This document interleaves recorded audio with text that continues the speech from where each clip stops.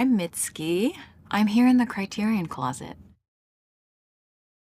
The first movie I'm gonna bring up it's right in front of me, Daisies. So my family moved around a lot, but in 7th grade, for 1 year, we lived in a place where I could walk to a video rental store. They had Daisies, and I knew nothing about this movie.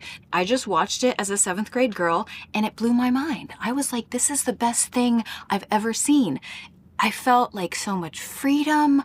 I felt so absurd in the best way. I watched it over and over and over. So Daisies was my very first experience of the Czechoslovak New Wave. And after that, I had to watch everything I could get my hands on. It was the best experience. I feel like I watched most of the weird movies in my life from that video rental store with no consciousness of this is actually really special that I'm getting to watch this. It was run by a bunch of dudes in, I think, their 20s, who all had too long hair, bangs over their eyes, very pale. And it turned out it was a very formative year for me. So thank you to the nerds. Moonstruck. I mean, this is one of the greatest films of all time.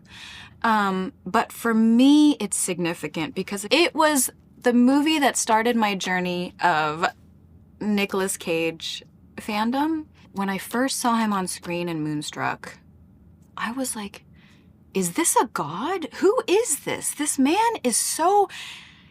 looks unlike anyone else I've ever seen.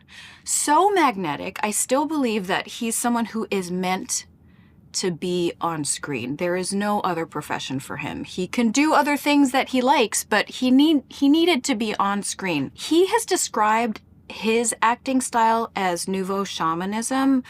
I think of it as dream acting. I know realism and realistic acting has been very popular for a long time, and that works in some contexts, but sometimes what I really want to see from an actor and a character is their inner world and how they feel, not just how they would react in the real world. And he does this beautifully. That's my first access to Nicolas Cage, and I've been in love ever since. For millennials and older, a big experience in the household was that you had a certain amount of videos and you just watched those over and over and over and over again. So Breakfast Club was one of those videos. And I first watched it before 1st grade, way too early. I didn't understand most of it. I didn't know what a hot beef injection was, but I could recite it over and over. So thank you to the Breakfast Club for creating a part of my mind. Next one is The Piano Teacher. I can't do every Haneke movie, but this one was right in my Q zone. This one, I watched it during a formative time when I was a teenager, and it hit me right when I was in my phase of cold, repressed sexuality.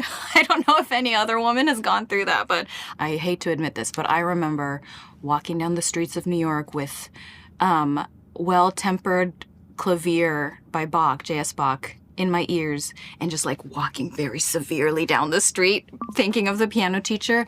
Many will disagree, but I think Bach wrote the Well-Tempered Clavier hundreds of years ago just so it could be in this film. This film has one of the best soundtracks I've ever heard. The use of music is so perfect in this. The Chopin, the Schubert, everything.